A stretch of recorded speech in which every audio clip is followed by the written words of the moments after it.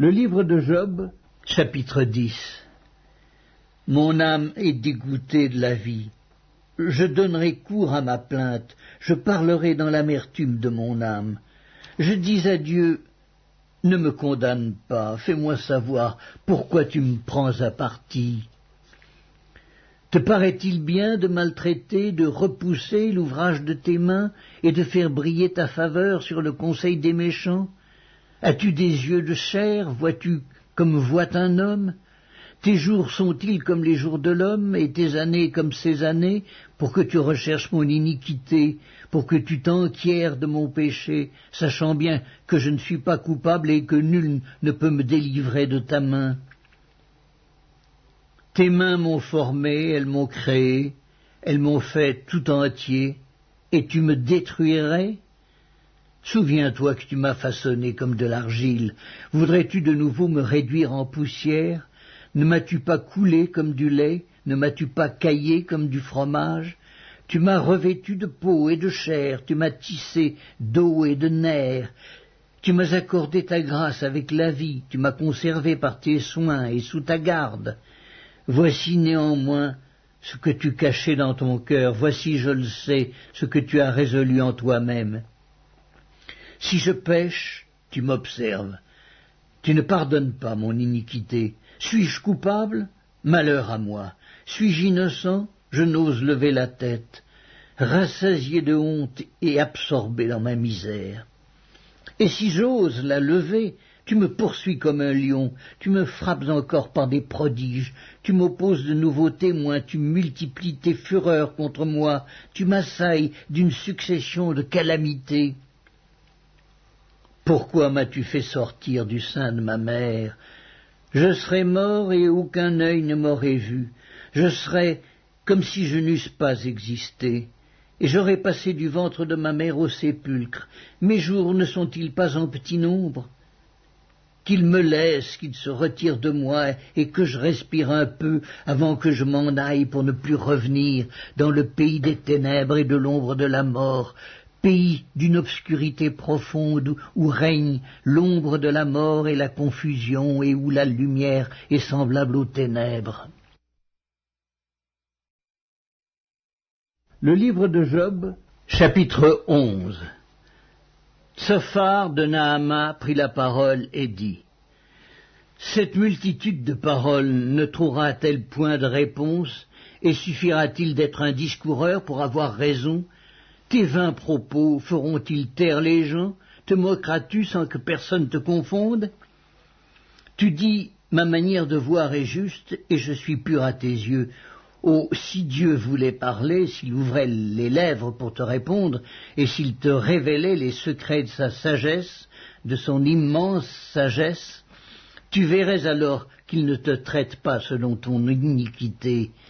Prétends-tu sonder les pensées de Dieu, parvenir à la connaissance parfaite du Tout-Puissant? Elle est aussi haute que les cieux. Que feras-tu? Plus profonde que le séjour des morts. Que sauras-tu? La mesure en est plus longue que la terre, elle est plus large que la mer. S'il passe, s'il saisit, s'il traîne à son tribunal, qui s'y opposera? Car il connaît les vicieux, il voit facilement les coupables. L'homme, au contraire, a l'intelligence d'un fou, il est né comme le petit d'un âne sauvage. Pour toi, dirige ton cœur vers Dieu. Étends vers lui tes mains, éloigne-toi de l'iniquité, et ne laisse pas habiter l'injustice sous ta tente. Alors tu lèveras ton front sans tache, tu seras ferme et sans crainte. Tu oublieras tes souffrances, tu t'en souviendras comme des eaux écoulées. Tes jours auront plus d'éclat que le soleil à son midi. Tes ténèbres seront comme la lumière du matin. Tu seras plein de confiance, et ton attente ne sera pas vaine. Tu regarderas autour de toi et tu reposeras en sécurité. Tu te coucheras sans que personne te trouble, et plusieurs caresseront ton visage, mais les yeux des méchants seront consumés. Pour eux, point de refuge, la mort, voilà leur espérance. Le livre de Job, chapitre 12. Job prit la parole et dit: On dirait en vérité que le genre humain c'est vous, et qu'avec vous doit mourir la sagesse.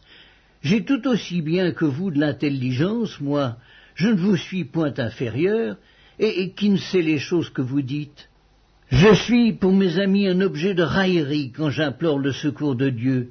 Le juste, l'innocent, un objet de raillerie.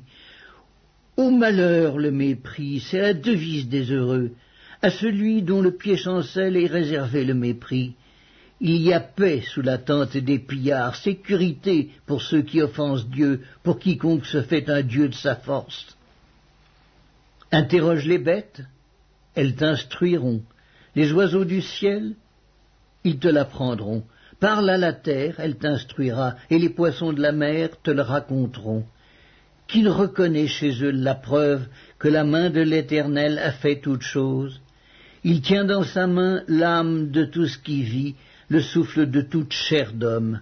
L'oreille ne discerne-t-elle pas les paroles comme le palais savoure les aliments? Dans les vieillards se trouve la sagesse et dans une longue vie l'intelligence. En Dieu réside la sagesse et la puissance. Le conseil et l'intelligence lui appartiennent. Ce qu'il renverse ne sera point rebâti. Celui qu'il renferme ne sera point délivré. Il retient les eaux et tout se dessèche. Il les lâche et la terre en est dévastée. Il possède la force et la prudence. Il maîtrise celui qui s'égare ou fait égarer les autres. Il emmène captifs les conseillers, il trouble la raison des juges, il délie la ceinture des rois, il met une corde autour de leurs reins. Il emmène captifs les sacrificateurs, il fait tomber des puissants.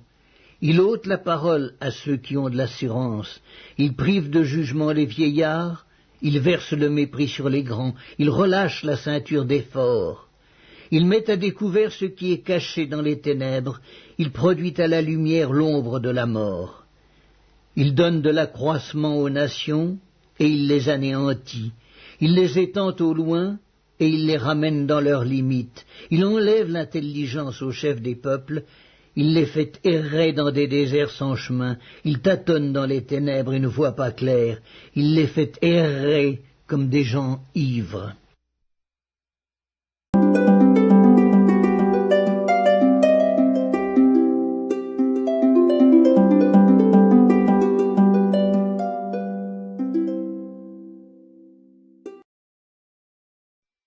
Évangile selon Luc, chapitre 7. Après avoir achevé tous ses discours devant le peuple qui l'écoutait, Jésus entra dans Capernaum. Un centenier avait un serviteur auquel il était très attaché et qui se trouvait malade, sur le point de mourir. Ayant entendu parler de Jésus, il lui envoya quelques anciens des Juifs pour le prier de venir guérir son serviteur. Ils arrivèrent auprès de Jésus et lui adressèrent d'instantes supplications, disant « Il mérite que tu lui accordes cela, car il aime notre nation, et c'est lui qui a bâti notre synagogue. » Jésus, étant allé avec eux, n'était guère éloigné de la maison, quand le centenier envoya des amis pour lui dire « Seigneur, ne prends pas tant de peine, car je ne suis pas digne que tu entres sous mon toit. C'est aussi pour cela que je ne suis pas cru digne d'aller en personne vers toi. Mais dis un mot, et mon serviteur sera guéri. Car moi, qui suis soumis à des supérieurs, j'ai des soldats sous mes ordres, et je dis à l'un, va, et il va, à l'autre, viens, et il vient, et à mon serviteur, fais cela, et il le fait. » Lorsque Jésus entendit ces paroles, il admira le centenier, et se tournant vers la foule qui le suivait, il dit, « Je vous le dis, même en Israël je n'ai pas trouvé une aussi grande foi. » De retour à la maison, les gens envoyés par le centenier trouvèrent guéri le serviteur qui avait été malade. Le jour suivant, Jésus alla dans une ville appelée Naïn. Ses disciples et une grande foule faisaient route avec lui. Lorsqu'il fut près de la porte de la ville, voici, on portait en terre un mort, fils unique de sa mère qui était veuve. Et il y avait avec elle beaucoup de gens de la ville. Le Seigneur, l'ayant vue, fut ému de compassion pour elle, et lui dit, « Ne pleure pas. » Il s'approcha et toucha le cercueil. Ceux qui le portaient s'arrêtèrent. Il dit, « Jeune homme, je te le dis, Lève-toi. Et le mort s'assit et se mit à parler. Jésus le rendit à sa mère. Tous furent saisis de crainte, et ils glorifiaient Dieu, disant, un grand prophète apparut parmi nous, et Dieu a visité son peuple. Cette parole sur Jésus se répandit dans toute la Judée et dans tout le pays d'alentour. Jean fut informé de toutes ces choses par ses disciples. Il en appela 2 et les envoya vers Jésus pour lui dire, « Es-tu celui qui doit venir, ou devons-nous en attendre un autre ?» Arrivés près de Jésus, ils dirent, « Jean-Baptiste nous a envoyés vers toi pour dire, « Es-tu celui qui doit venir, ou devons-nous en attendre un autre ?» À l'heure même, Jésus guérit plusieurs personnes de maladies, d'infirmités et d'esprits malins, et il rendit la vue à plusieurs aveugles. Et il leur répondit, « Allez rapporter à Jean ce que vous avez vu et entendu. Les aveugles voient, les boiteux marchent, les lépreux sont purifiés, les sourds entendent, les morts ressuscitent, la bonne nouvelle est annoncée aux pauvres. Heureux celui pour qui je ne serai pas une occasion de chute. » Lorsque les envoyés de Jean furent partis, Jésus se mit à dire à la foule au sujet de Jean, « Qu'êtes-vous allé voir au désert? Un roseau agité par le vent? Mais qu'êtes-vous allé voir? Un homme vêtu d'habits précieux? Voici, ceux qui portent des habits magnifiques et qui vivent dans les délices sont dans les maisons des rois. Qu'êtes-vous donc allé voir? Un prophète? Oui, vous dis-je, et plus qu'un prophète. C'est celui dont il est écrit, « Voici, j'envoie mon messager devant ta face, pour préparer ton chemin devant toi. » Je vous le dis, parmi ceux qui sont nés de femmes, il n'y en a point de plus grand que Jean.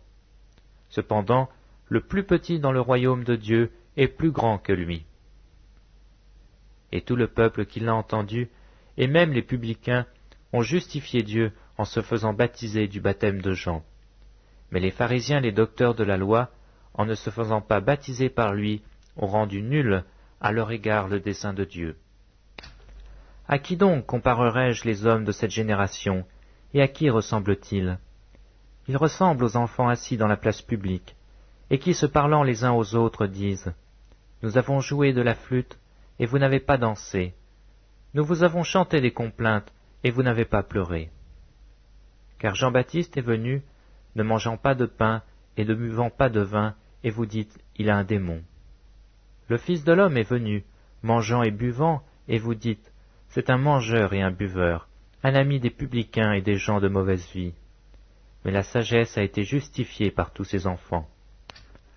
Un pharisien pria Jésus de manger avec lui. Jésus entra dans la maison du pharisien et se mit à table. Et voici une femme pécheresse, qui se trouvait dans la ville, ayant su qu'il était à table dans la maison du pharisien, apporta un vase d'albâtre plein de parfums, et se tint derrière, aux pieds de Jésus.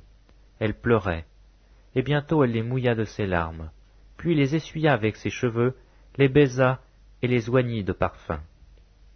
Le pharisien qui l'avait invité, voyant cela, dit en lui-même, « Si cet homme était prophète, il connaîtrait qui et de quelle espèce est la femme qui le touche. Il connaîtrait que c'est une pécheresse. » Jésus prit la parole et lui dit, « Simon, j'ai quelque chose à te dire. »« Maître, parle, répondit-il. » Un créancier avait 2 débiteurs. L'un devait 500 deniers et l'autre 50. Comme il n'avait pas de quoi payer, il leur remit à tous 2 leurs dettes. Lequel l'aimera le plus? Simon répondit, « Celui, je pense, auquel il a le plus remis. » Jésus lui dit, « Tu as bien jugé. » Puis se tournant vers la femme, il dit à Simon, « Vois-tu cette femme? Je suis entré dans ta maison, et tu ne m'as point donné d'eau pour me laver les pieds. Mais elle les a mouillés de ses larmes, et elle les a essuyés de ses cheveux. Tu ne m'as point donné de baiser, mais elle, depuis que je suis entré, elle n'a point cessé de me baiser les pieds. Tu n'as point versé d'huile sur ma tête, mais elle a versé du parfum sur mes pieds. C'est pourquoi je te le dis, ses nombreux péchés lui ont été pardonnés, car elle a beaucoup aimé. Mais celui à qui on pardonne peu, aime peu. Et il dit à la femme, tes péchés te sont pardonnés. Ceux qui étaient à table avec lui se mirent à dire en eux-mêmes, « Qui est celui qui pardonne même les péchés ?» Mais Jésus dit à la femme, « Ta foi t'a sauvée, va en paix,